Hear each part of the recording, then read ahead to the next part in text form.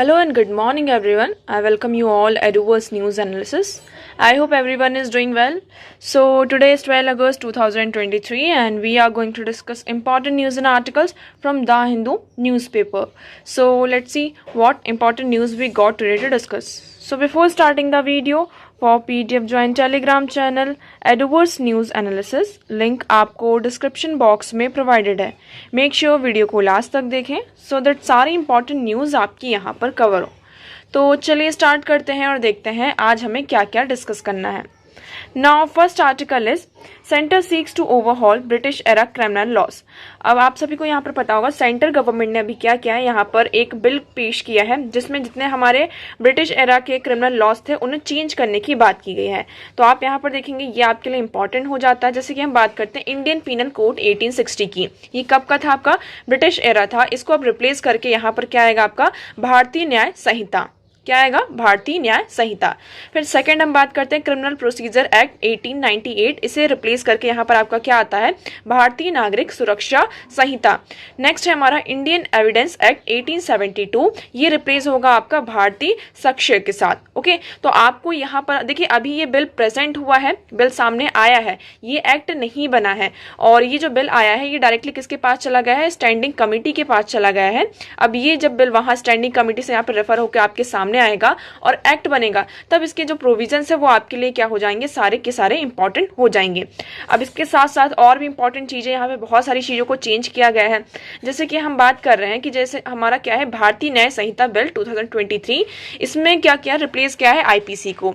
और उसके साथ साथ जो हमारा आईपीसी में मॉब लिंचिंग के लिए यहाँ पर कैपिटल पनिशमेंट का प्रोविजन प्रिस्क्राइब किया गया है कि जो आपके मॉब लिंचिंग के केसेस होते हैं तो मैक्सिमम पनिशमेंट या फिर उन्हें कैपिटल पनिशमेंट क्या की जाएगी? प्रोवाइड की जाएगी. अब व्हाट इज मॉब लिंचिंग? अभी आप सभी को पता होगा सुप्रीम कोर्ट ने भी यहाँ पर कहा था कि पार्लियामेंट को यहाँ पर क्या करना चाहिए? कुछ एक्शन लेना चाहिए मॉब लिंचिंग से हम कैसे डील कर सकें. तो ये आप कह सकते हैं कि एक अच्छा यहाँ पर स्टेप हो सकता है. तो मॉब लिंचिंग के लिए यहाँ पे कैपिटल पनिशमेंट का प्रोविजन भी प्रोवाइडेड है. मॉब लिंचिंग क्या होता है इसकी डेफिनेशन देख लेते हैं. मॉब लिंचिंग का मतलब होता है भीड़ के द्वारा किसी के ऊपर अटैक करना.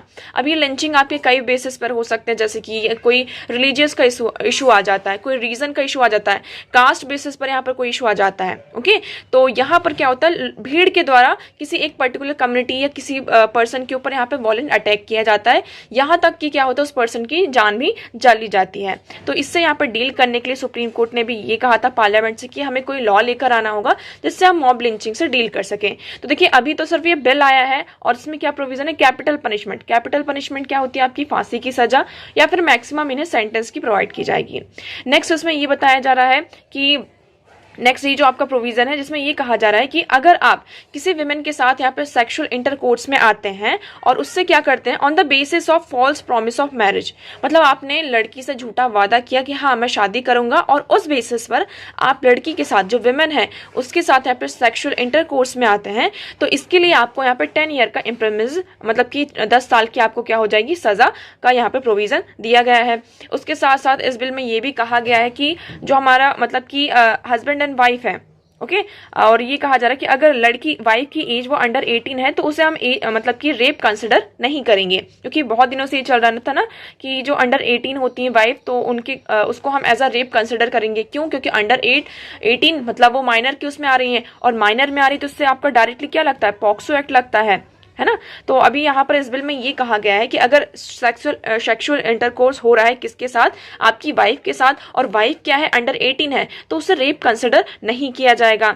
ओके, ये कुछ प्रोविजन है. नेक्स्ट इसमें बात की गई कि सेडिशन लॉ को रिपील करने की बात की. अब हमें पता है सेडिशन लॉ क्या है? आपका आर्टिकल 124 क्लॉज ए. हमने इसे कई बार डिस्कस किया था और इससे रिलेटेड बहुत सारे आर्टिकल्स भी आए थे. आर्टिकल 124 ए क्या है? आपका सेडिशन लॉ की बात करता है. इसका मतलब यहाँ पर यह है कि अगर आपने कुछ ऐसी बात बोली लिख कर या फिर किसी वीडियो के थ्रू, किसी ऑडियो के थ्रू यहाँ पर कुछ ऐसी चीजें बोली जिसने आप पे वॉयलेंस को क्या किया, या तो वो आपके कंट्री के अगेंस्ट में, कंट्री की जो सोवरेनिटी है, इंटीग्रिटी है उसको वॉलेट कर रहा है, या किसी जो हमारी गवर्नमेंट है उसको यहाँ पर क्या कर रहा है? वॉलेट कर रहा. तो उस चीज़ से बचाने के लिए यहाँ पर आपका क्या था, सेडिशन था। बट इसमें ये बात की जा रही है जो अभी बिल प्रेजेंट होने वाला कि हम सेडिशन को क्या कर देंगे, रिपील करेंगे। तो देखिए, government says sedition law has been repealed but section 150 of the BNS deals with the offence. It does not use term sedition but describe the offence as a endangering sovereignty, unity and integrity of India. Sedition law को तो repeal कर दिया गया है, but आप हम बात कर रहे हैं किसकी, BNS की। BNS क्या है हमारा, यहाँ पर भारतीय न्याय संहिता। तो आपको ये जो फुल फॉर्म इनके पता होने चाहिए, नहीं तो आप थोड़ा कंफ्यूज भी हो सकते हैं कि यहाँ पर कैसा क्या है। तो इससे ये कहा जा रहा है कि ये क्या करेगा, जो आपका भारतीय न्याय संहिता है उसका जो सेक्शन 150 है वो इस ऑफेंस से डील करेगा। यहाँ पर हमने कहीं भी जो सेडिशन टर्म है इसको यूज नहीं किया है, इसके प्लेस पर हमने क्या यूज किया है, endangering sovereignty, unity and integrity of India. Okay तो आई होप आपको ये पूरा क्लियर होगा। तो देखिए, अभी ये जो बिल है वो प्रेजेंट हुआ है, ये यहाँ पर पास नहीं हुआ है। अभी ये बिल कहाँ गया, आपका कमेटी के पास गया, स्टैंडिंग कमेटी के पास। और अब हम फर्दर देखते हैं कि इसमें क्या क्या चीजें होती हैं। तो देखिए, जब ये बिल अगर पास हो जाता है तो आपके पास इसका पूरा डिटेल डिस्कशन यहाँ पर आएगा, उसको हम फिर से फर्दर इसको डिस्कस करेंगे। Okay, now it is clear to you. Now next move करते हैं अब हमारे क्वेश्चन की तरफ। तो कल का हमारा क्वेश्चन यही था, during a thunderstorm a thunder in sky is produced by. पहले तो आपको यहाँ पे ये जो वर्ड्स हैं इनका मीनिंग पता होना चाहिए, तभी आप क्या कर पाएंगे, इस क्वेश्चन को अच्छे से सॉल्व कर पाएंगे, अदरवाइज ये क्वेश्चन आपसे सॉल्व नहीं होगा। थंडरस्टॉर्म क्या होता है आपका, आंधी एंड तूफान। इसमें जो लाइटनिंग होती है, आंधी आती है, तूफान आती है, बिजली कड़कती है, तो थंडरस्टॉर्म इसमें आपका पूरा आ जाता है। और थंडर की हम बात करते हैं, थंडर का मतलब यहाँ पर जो बादलों में गड़गड़ाहट होती है, जैसे बिजली चमकती है, बिजली चमकने के बाद आपने देखा होगा कि उस टाइम पर बादल बहुत तेज से यहाँ पर आवाज करते हैं, नॉइस करते हैं, है ना, गड़गड़ाहट होती है, उसे हम थंडर कहते हैं। तो इसमें ये कहा जा रहा है कि ड्यूरिंग थंडरस्टॉर्म, थंडरस्टॉर्म में आपकी सारी चीजें आ जाती हैं, जैसे कि आंधी तूफान और जो आपकी लाइटनिंग होती है, गड़गड़ाहट वगैरह सारी चीजें इसमें इंक्लूड होती हैं। और थंडर की इसमें हम बात कर रहे हैं, तो उसमें क्वेश्चन में ये पूछा जा रहा है कि स्काइज में, बादल में जो थंडर प्रोड्यूस होते हैं वो किसके द्वारा होती हैं, कैसे होते हैं, इसका हमें मेन रीजन बताना है। तो हमारे पास ऑप्शन क्या क्या थे, पहला ऑप्शन हमारे पास ये था, meeting the cumulonimbus clouds in the sky. यहाँ पर ये कहा जा रहा है कि जो आपके क्यूमुलोनिम्बस क्लाउड्स होते हैं वो स्काई में, बादलों में, मतलब कि ऊपर आप देखेंगे आसमान में, वो क्या होते हैं, आपस में मीट करते हैं, उनकी मीटिंग होती है, एक साथ मिलते हैं।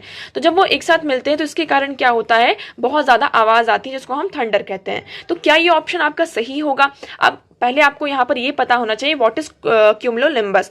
तो ये क्लाउड्स ऐसे बहुत हैवी होते हैं, डेंस होते हैं। आपने देखा होगा बहुत ही बड़े बड़े क्लाउड्स होते हैं और बहुत ज़्यादा डेंस होते हैं, आपको ये दिखाई देगा। जैसे कि आपका कॉटन बॉल होता है, कॉटन बॉल का बहुत बड़ा, जैसे कि आप मान लीजिए कि एक बहुत ही ज्यादा अमाउंट में आपके पास है, तो उसे हम क्यूमुलोनिम्बस कहते हैं। नेक्स्ट इसमें हमारा है lightning that separate the nimbus clouds.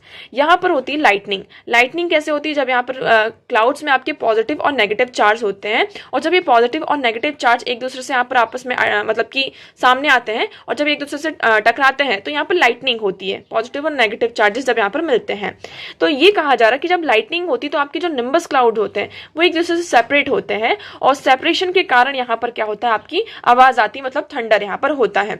तो क्या ये स्टेटमेंट सही है या गलत, ये आपको बताना है। Next statement is saying वॉलेंट upward movement of air and water particles.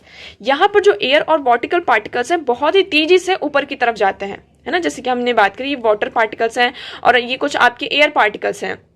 ये बहुत ही स्पीड में क्या होते हैं, वॉलेंट बेसिस पर क्या जाते हैं, अपवर्ड मोशन पर जाते हैं, ऊपर की तरफ जाते हैं, जिसकी वजह से क्या होता है, आपका थंडर, मतलब कि जो ये गड़गड़ाहट होती है वो हमें सुनाई देती है। तो इसमें से कौन सा ऑप्शन राइट है, कौन सा रॉन्ग, ये आप लोगों को पहले वीडियो को पॉज करना है, एक बार क्वेश्चन को और अच्छे से पढ़ना है, और कॉमेंट सेक्शन में इस क्वेश्चन का आंसर आप लोगों को करना है। ओके तो देखिए, अगर हम बात करें meeting of the cumulonimbus cloud in the sky, ये ऑप्शन आपका गलत हो जाता है। सेकंड ऑप्शन की बात करते हैं, lightning that separate that nimbus cloud, ये ऑप्शन भी आपका गलत हो जाता है। ये हाँ, आपके जो थंडरस्टॉर्म होते हैं, ये तीनों ऑप्शन वैसे तो हम देखे जाए तो तीनों गलत है। इसमें आपका राइट ऑप्शन क्या है, none of the above produces thunder. इसमें से कोई भी क्या होता है, आपका थंडर प्रोड्यूस नहीं करता है। ये सारे आपके थंडरस्टॉर्म प्रोड्यूस करने में हेल्प करते हैं, बट जो थंडर होता है, जो आपकी आवाज होती है, उसको प्रोड्यूस नहीं करते हैं। इसका आप एक्सप्लेनेशन देखेंगे आपको ज्यादा क्लियर होगा। देखिए, पहले हमने बात करी meeting of the cumulonimbus clouds की। तो देखिए, cumulonimbus clouds are large, dense and vertically developed cloud that are associated with thunderstorm. Cumulonimbus cloud इस तरीके से होते हैं, जैसे कि ये यहाँ पर ऐसा क्लाउड है और ये ऐसा, ये इस तरीके का पूरा क्लाउड होता है, बहुत ज्यादा ये डेंस होता है, ये ऐसा क्लाउड होता है। ओके तो ये एसोसिएट है किसके, थंडरस्टॉर्म से। But meeting of these clouds in the sky does not produce, लेकिन जब ये स्काई मतलब कि स्काई में ये जब क्लाउड मीट होते हैं तो इनकी वजह से कोई भी थंडर प्रोड्यूस नहीं होता, कोई भी आवाज नहीं आती है। नेक्स्ट हम बात कर रहे थे कि lightning that separate the nimbus cloud, तो lightning is one of the primary cause of thunder. हाँ, लाइटनिंग के कारण क्या होता है, थंडर आपका होता है। However lightning does not separate nimbus cloud, but यहाँ पर जो हमारा ऑप्शन है वो ये कह रहा है कि लाइटनिंग के कारण आपका जो निम्बस क्लाउड है वो सेपरेट होता है, और उस सेपरेशन के कारण यहाँ पर क्या होती है, आपकी जो आवाज है, गड़गड़ाहट वाली जो आवाज होती है, थंडर होता है, वो प्रोड्यूस होता है। तो ये यहाँ पर गलत हो जाता है, ठीक है, क्योंकि जो लाइटनिंग होती है वो जो आपका निम्बस क्लाउड होता है उसको सेपरेट नहीं करता है। ओके तो ये आपको क्लियर होगा। थर्ड हम बात कर रहे थे वॉलेंट upward movement of air and water particles की, तो यहाँ पर हम बात करते हैं जो आपके थंडरस्टॉर्म, जो आंधी तूफान आपका आता है, लाइटनिंग होती है, तो इसमें अपवर्ड मूवमेंट ऑफ एयर और वाटर पार्टिकल्स का रोल होता है। बट इसके कारण आपका जो थंडर है, जब ये अगर अकेला ऐसा रहेगा तो इसके कारण थंडर प्रोड्यूस नहीं होता है। एक्चुअली जो आपका थंडर जो प्रोड्यूस होता है वो क्यों होता है, हीट का, और मतलब कि एयर जो होती है वो बहुत ज़्यादा हीट हो जाती है, उसमें सडन हीटिंग होती है और वो एक्सपैंड करती है।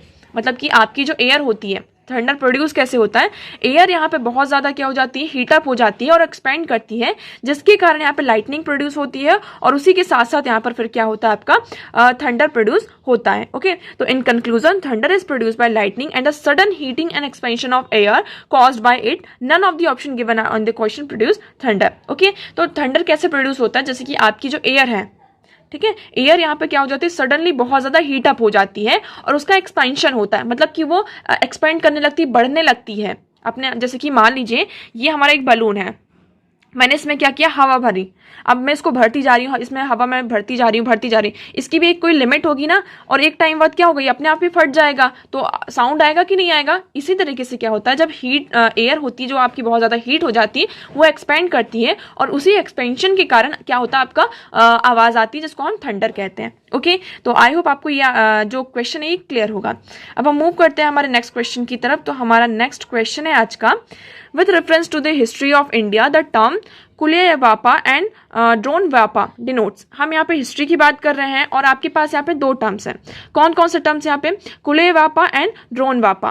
तो आपको ये बताना है ये किस चीज को डिनोट करता है। Measurement of land, coins of different monetary values, classification of urban land and religious rituals. तो इसमें से राइट ऑप्शन क्या होगा आप लोग कॉमेंट सेक्शन में बताएंगे। नेक्स्ट हम बात करते हैं नेक्स्ट हमारे क्वेश्चन की। कल देखिए हमने ये टॉपिक पढ़ा था किसके बारे में, नाविक के बारे में, और मैंने ये भी कहा था इससे रिलेटेड आपका क्वेश्चन ऑलरेडी आ चुका है। तो 2018 में इसके रेफरेंस में आपका क्वेश्चन आया हुआ था। क्वेश्चन क्या था, आप इसको एक बार फिर से देख लीजिए। With reference to Indian regional navigation satellite system, पहले इसका नाम क्या था, Indian regional navigation satellite system, इसको हमने कल डिस्कस किया था। अब प्रेजेंट में इसका नाम क्या है, आपका नाविक। Okay consider the following statements. तो इसके रिलेशन में आपकी कुछ स्टेटमेंट्स दी गई हैं and you have to tell whether they are right और wrong. Now IRNSS has 3 satellite in geostationary and 4 satellites in geosynchronous orbit। इसमें ये कहा जा रहा है टोटल 7 सैटेलाइट्स हैं, और जो आपकी 3 सैटेलाइट्स हैं वो कहाँ हैं, जियोस्टेशनरी में है, और 4 सैटेलाइट्स आपका जियोसिंक्रोनस ऑर्बिट में है। तो क्या ये स्टेटमेंट आपकी सही है या गलत, आपको बताना है। Now next one is it covers entire India and about 5,500 square kilometer beyond its border। तो इसका जो कवरेज एरिया है वो कितना है, 5,500 स्क्वायर किलोमीटर है क्या, और ये बियॉन्ड बॉर्डर भी आपका काम करेगा। तो क्या ये स्टेटमेंट आपकी सही है या गलत, ये आपको बताना है। Next one is India will have its own satellite navigation system with full global coverage by the middle of the 2019। ये स्टेटमेंट ये कह रहा है कि इंडिया के पास खुद का सैटेलाइट नेविगेशन सिस्टम है और ये क्या करेगा, आपका फुल ग्लोबल कवरेज प्रोवाइड करेगा। ठीक है, तो क्या ये इन तीनों में से आपकी कौन सी स्टेटमेंट सही है, कौन सी स्टेटमेंट गलत, ये आप कमेंट सेक्शन में बताएंगे। देखिए इसी से रिलेटेड आपका 18 में ही मेंस में भी क्वेश्चन आया था। ठीक है, तो देखिए क्या था क्वेश्चन हमारा, why is Indian regional navigational satellite system needed. हमें यहाँ पर हमारा खुद का जो Indian regional navigation satellite system है इसकी जरूरत क्यों पड़ी। How does it help in navigation, ये हमारी नेविगेशन में कैसे हेल्प करेगा। तो ये आप लोगों को इस क्वेश्चन को आप यहाँ पर अटेम्प्ट कर सकते हैं, हमने कल ही इसको पढ़ा है। तो देखिए और भी चांसेस यहाँ पर बढ़ जाते हैं कि क्योंकि ये न्यूज़ में है, क्या है आपका न्यूज़ में ऑलरेडी है, तो इसके आपके चांसेस बढ़ सकते हैं कि ये क्वेश्चन फिर से आपको देखने को मिल सकते हैं। क्वेश्चन नहीं मिलेगा बट आपको किस तरीके से यहाँ पे चीज़ों को अटेम्प्ट करना है वो आपको समझ में आ जाएगा। नेक्स्ट क्वेश्चन की बात करते हैं। इन विच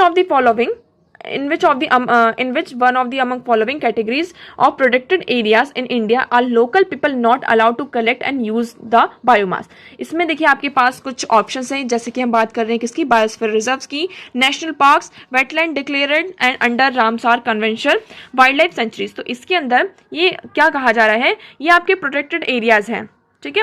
यहाँ पर जो इंडियंस और लोकल पीपल हैं उनको अलाउ नहीं किया जाता कि वो क्या करें, यहाँ से चीज़ों को कलेक्ट करें और बायोमास का यहाँ पर क्या करें, यूज़ करें। तो इसमें से कौन सा राइट ऑप्शन होगा ये आप लोगों को कमेंट सेक्शन में बताना है। इस क्वेश्चन का आंसर आप लोगों को कल दिया जाएगा। बाकी ये जो क्वेश्चन नंबर 2 एंड 3 है, इस क्वेश्चन का आंसर आपको वीडियो के लास्ट में दिया जाएगा। तो उससे पहले आप लोगों को इन चारों क्वेश्चन के आंसर कहाँ करने हैं, कॉमेंट सेक्शन में करने हैं और आप लोगों को ज़्यादा से ज़्यादा यहाँ पे पार्टिसिपेट करना है। देखिए इसी तरीके से हमारे जो क्वेश्चन है और उसके साथ साथ जो हमारा एक टॉपिक है वो भी क्या होता जाएगा, कंप्लीट होता जाएगा। अब चलिए मूव करते हैं हमारे नेक्स्ट आर्टिकल की तरफ। तो देखिए हमारा आज का नेक्स्ट आर्टिकल है, Luna 25 will not affect Chandrayaan, Russian space agency. यहाँ पर जैसे हमारा चंद्रयान 3 मिशन है उसी तरीके से रशिया ने अभी क्या किया है, लूना 25 को लॉन्च किया है। ये भी इनका क्या है, मून मिशन है। क्या है आपका, मून मिशन है। अभी कब लॉन्च हुआ है, ये कल फ्राइडे को ये लॉन्च किया गया है रशिया के द्वारा, रशिया की जो स्पेस एजेंसी है उनके द्वारा। और ये आपका सेम मिशन है जैसे कि हमारा चंद्रयान 3 मिशन है, उसी तरीके से ये रशिया का आपका लूना 25 मिशन है। अब इसमें ये मतलब कि ये कहा जा रहा है कि ये जैसे कि चंद्रयान 3 मिशन ये एक्सपेक्टेड है कि कब ये लैंड होगा, हमारा 24 मतलब कि अगस्त 23 को ये क्या करेंगे, लैंड कर रही, मतलब ये एक्सपेक्टेड है। इसी तरीके से ये जो लूना 25 है इसका भी ये एक्सपेक्टेशन है कि ये क्या करेगा, जो आपका 23 अगस्त है वहां तक क्या कर सकता है, मतलब कि लैंडिंग इसकी मून में होगी। और ये भी कहा जा रहा है कि शायद ये ऐसा हो सकता है कि ये जो लूना 25 है आपका ये अफेक्ट कर सकता है आपका चंद्रयान 3। बट यहाँ की जो रशियन स्पेस एजेंसी है उन्होंने ये कहा कि आपका जो मून है वो बहुत बड़ा है, ये आपका जो मिशन है मतलब कि चंद्रयान 3 जो मिशन है उसको किसी तरीके से ये इम्पैक्ट नहीं करेगा। तो आपको यहाँ पर ये पता होना चाहिए लूना 25 क्या क्या फैक्ट्स निकल कर आते हैं, क्वेश्चन ये पूछा जा सकता है क्योंकि ये देखिए एक ही टाइम पीरियड पर हो रहा है, ठीक है। तो लूना 25 ये किसका मिशन है, रशिया का मिशन है। रशिया की जो स्पेस मतलब की एजेंसी है उसका आपको नाम पता होना चाहिए, इसका नाम है वोस्टोनी स्पेस पोर्ट। तो और इंडिया का क्या है, इसरो है, ठीक है। यहाँ पर इंडिया का क्या है, चंद्रयान 3 मिशन। ये कब एक्सपेक्टेड है कि अगस्त 23 को ये क्या करेगा, जो साउथ पोल है मून का वहां पर ये क्या आपका लैंड करेगा। अब देखिए ऑलरेडी यहाँ पर हम बात कर रहे हैं कि जो आपका मतलब कि ऑलरेडी यहाँ पर बहुत सारे मिशन हो चुके हैं चंद्रयान 3 के, है ना, मतलब सॉरी मून के जो बहुत सारे मिशन हो चुके हैं। और अभी रिसेंटली ये बात की जा रही है चाइना का जो Yutu-2 रोवर है, चेंग 4 जो यहाँ पर ऑपरेट है, अभी भी मून में क्या कर रहा है, वो ऑपरेट कर रहा है। क्योंकि देखिए जो हम बात करते हैं जैसे कि चंद्रयान 3 मिशन आपका जाएगा, फिर वहाँ पे आपका लैंडर होगा और उसके बाद वहाँ पे जो रोबोट होता है वो क्या करेगा, वो पूरा वहाँ का जो मतलब कि सारी चीज़ें होंगी, एनालिसिस वगैरह सारी चीज़ें होती हैं। इसी तरीके से ऑलरेडी वहाँ पर चाइना का क्या है, एक जो रोबोट आप ऐसा कह सकते हैं, चाइना का जो मून मिशन था, तो वहाँ पर हमें देखने को मिल सकता है कि कुछ इंट्रैक्शंस हमें देखने को फ्यूचर में मिल सकते हैं। ओके, तो ये यहाँ पर आपको इतना याद रखना, लूना 25। नेक्स्ट हम मूव करते हैं। देखिए टूरिस्ट सेक्शन में आज आपको ऐसा कुछ पढ़ने वाला कुछ भी नहीं है। ये जो आर्टिकल है ये उसी से रिलेटेड है, आपका जो नो में आपका कन्फ्लिक्ट चल रहा है, बट ये बहुत ज़्यादा पॉलिटिकल आर्टिकल है। तो यहाँ पर आपके लिए कुछ भी इंपॉर्टेंट पॉइंट निकल कर नहीं आ रहा है। एक तरीके से यहाँ पर जैसे कि हमारे एग्जाम के लिए क्या इंपॉर्टेंट है, बहुत ज़्यादा इसमें क्रिटिसिज्म आपको देखने को मिलता है। आपका नेक्स्ट आर्टिकल हम बात करते हैं यहाँ पे, India needs a new economic policy. देखिए इस आर्टिकल का आप हेडिंग पढ़ेंगे ना तो आपको ये बहुत अच्छा लगेगा, बट आप इसके अंदर जब जाएंगे तो आपको ये समझ में आएगा कि जो हमारी प्रेजेंट गवर्नमेंट है सिर्फ उसको ही यहाँ पे क्रिटिसाइज किया जा रहा है और कुछ भी नहीं पूरी तरीके से। तो देखिए इसमें एक्चुअली क्या है, आप ये देखेंगे कि हमें हमारी जो इकोनॉमिक ग्रोथ है वो स्लो डाउन हो रही है जब से मतलब कि ये हमारी प्रेजेंट गवर्नमेंट आई है। 2014 से देख रहे हैं हमारी जो इकोनॉमी है, जीडीपी में कोई ग्रोथ नहीं हो रही है, ये कहा जा रहा है। हमारी जो जीडीपी ग्रोथ रेट है वो सिंस 2016 से आपको डिक्लाइन होती हुई नजर आ रही है। तो इसमें ये कहा जा रहा है कि हमें कुछ स्टेप्स लेने होंगे, हमारा जो इकोनॉमिक सिस्टम है उसे स्ट्रक्चर करना होगा। आपका स्ट्रक्चर से क्या मतलब है कि यहाँ पे आपके क्या क्या इकोनॉमिक ऑब्जेक्टिव्स हैं, क्या क्या आपकी प्रायोरिटीज हैं, वेरियस जो आपके ऑब्जेक्टिव्स हैं, पहले तो आप उनको इंप्लीमेंट करिए और पब्लिक के सामने रखिए कि हाँ ये हमारे ऑब्जेक्टिव्स हैं, ये हमारा स्ट्रक्चर है जिसके थ्रू हमारी जो क्या होगी आपकी इकोनॉमिक ग्रोथ होगी। ओके, तो इतना ज्यादा आपको इसमें इन्वॉल्व होने की जरूरत नहीं, इसमें कुछ भी फैक्ट और कोई भी एनालिसिस आपको देखने को नहीं मिलता है इस आर्टिकल में। नेक्स्ट हम देखिए इधर बात करते हैं, ये आर्टिकल क्या है आपका, जो आपका मणिपुर में डिबेट मतलब कि जो आपका मॉनसून सेशन चल रहा है और एक तरफ आपकी जो कांग्रेस आ जाती है, अपोजिशन पार्टी है, दूसरी तरफ आपकी जो प्रेजेंट गवर्नमेंट पार्टी है, तो इनके बीच में यहाँ पर डिबेट चल रहा है और यहाँ पर बातचीत हो रही है कि मणिपुर का जो है पूरा मतलब कि जो प्रोसेस है उसमें कैसे पीस एस्टैब्लिश करना चाहिए, डिबेट यही पार्लियामेंट में। तो एक दूसरे के ऊपर ये क्या कर रहे हैं, मतलब कि आरोप प्रत्यारोप लगाने का यहाँ पर काम चल रहा है। तो ये भी आपके लिए यहाँ पर इंपॉर्टेंट नहीं है। ओके, तो देखिए आज इतने एडिटोरियल सेक्शन में आपको कोई भी इंपॉर्टेंट आर्टिकल आपके लिए जो इंपॉर्टेंट है वो नहीं मिलेगा। अब हम मूव करते हैं नेक्स्ट आर्टिकल की तरफ। तो नेक्स्ट आर्टिकल है हमारा, सेंटर डिफेंस यूज ऑफ वसुधैव कुटुंबकम इन G20 लोगो एज चाइना ऑब्जेक्ट्स। अब यहाँ पर देखिए हम G20 का जो हमारा लोगो है वो कैसा है, G20, और उसमें हमारा लिखा है वसुधैव कुटुंबकम। वसुधैव कुटुंबकम का जो इंग्लिश वर्जन का फ्रेज है वो क्या है, one earth, one family and one future. तो ये जो वसुधैव कुटुंबकम है इसमें चाइना को ने क्या किया, इसमें ऑब्जेक्शन उठाया। चाइना ने ये कहा, अगर हम G20 की बात करते हैं तो G20 की ऑफिशियल लैंग्वेज क्या है आपकी, इंग्लिश है। क्या है, इंग्लिश है। चाइना ने यहाँ पे ये ऑब्जेक्शन उठाया है कि वसुधैव कुटुंबकम क्या है, एक संस्कृत लैंग्वेज है, मतलब ये संस्कृत का वर्ड है, इसका हम क्या कर सकते हैं, मतलब कि G20 की उसमें ये इतना बड़ा जो प्लेटफॉर्म है और G20 का जो लोगो है उसमें हम यूज नहीं कर सकते हैं। ये अगेंस्ट है किसके, G20 के फॉरम में, क्योंकि हम बात करते हैं आपके जो वेरियस ये फॉरम्स होते हैं, जैसे G20 की हम बात करते हैं, ब्रिक्स की यहाँ पे बात करते हैं, ठीक है, आसियान हुआ, G7 हो गया। तो हर एक कंट्रीज का यहाँ पे क्या होता है, मतलब कि जितने भी फॉरम्स होते हैं उनकी एक ऑफिशियल लैंग्वेज को यहाँ पर डिक्लेयर किया जाता है कि ये पर्टिकुलर जो भी काम होगा इसी लैंग्वेज में यहाँ पर होगा। इसी तरीके से हम G20 की बात करते हैं तो G20 की ऑफिशियल लैंग्वेज इंग्लिश है, बट यहाँ पर ये कहा जा रहा है कि जो लोगो यूज किया गया, चाइना ने इसको ऑब्जेक्ट किया है कि इसमें संस्कृत वर्ड का यूज किया है, बट इंडिया ने इसे डिफेंड किया है ये कहते हुए कि हमने सिर्फ इसको इंडिया के रिस्पेक्टिव में यूज किया है, बाकी जो इसमें हम यूज क्या कर रहे हैं, इंग्लिश लैंग्वेज का ही यूज कर रहे हैं। जैसे कि आप इसका जो इंग्लिश वर्जन है वो क्या है, वन अर्थ, वन फैमिली और वन फ्यूचर।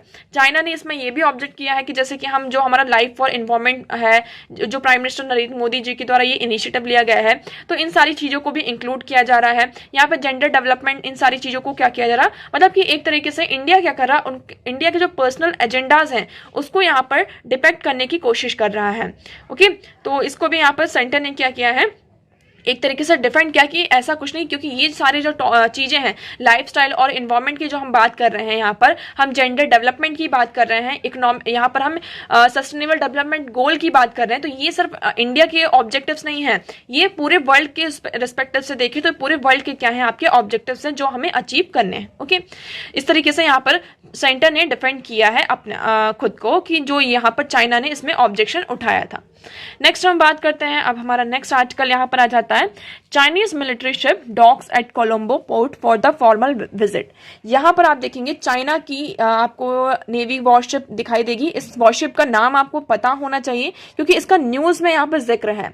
तो फॉर्मल विजिट में आपको देखने को मिले कहाँ पर, कोलंबस, मतलब कि श्रीलंका। तो ये आप देखेंगे श्रीलंका है, तो इसके आसपास यहाँ पर फॉर्मल विजिट के लिए देखिए, ये जो बहुत दिनों से यहाँ पे परमिशन को वो कर रही थी कि इसे परमिशन मिल जाए इस विजिट के लिए, इस फॉर्मल विजिट के लिए, बट एक तरीके से आप कह सकते हैं कि शायद इंडिया से खुश नहीं था, है, इंडिया यहाँ पे कंसर्न रेज कर रहा था, जिसके कारण श्रीलंका ने इसे परमिशन नहीं प्रोवाइड की थी। बट अब क्या हो चुका है, इसे परमिशन मिल गई है और हमें ये जो वॉरशिप है, मतलब कि जो मिलिट्री शिप है, ये हमें दिखाई दी कहां पर, कोलंबो में। तो आप देखेंगे the Chinese people's liberation army navy warship Haiyang 24 Hao. तो आपको ये नाम याद होना चाहिए, Haiyang 24 Hao is the port of Colombo on a formal visit. तो ये श्रीलंका नेवी के द्वारा स्टेटमेंट बताई गई है। उसके द्वारा हम ये कहा जाता है कि देखिए ये बहुत दिनों से क्या कर रहे थे, इसकी परमिशन को वो सीख कर रहे थे, बट हमने क्या देखा, but Sri Lanka delayed permission because of resistance from India. India की तरफ से यहाँ पे क्या आ रहा था, आपका रेजिस्टेंस आ रहा था।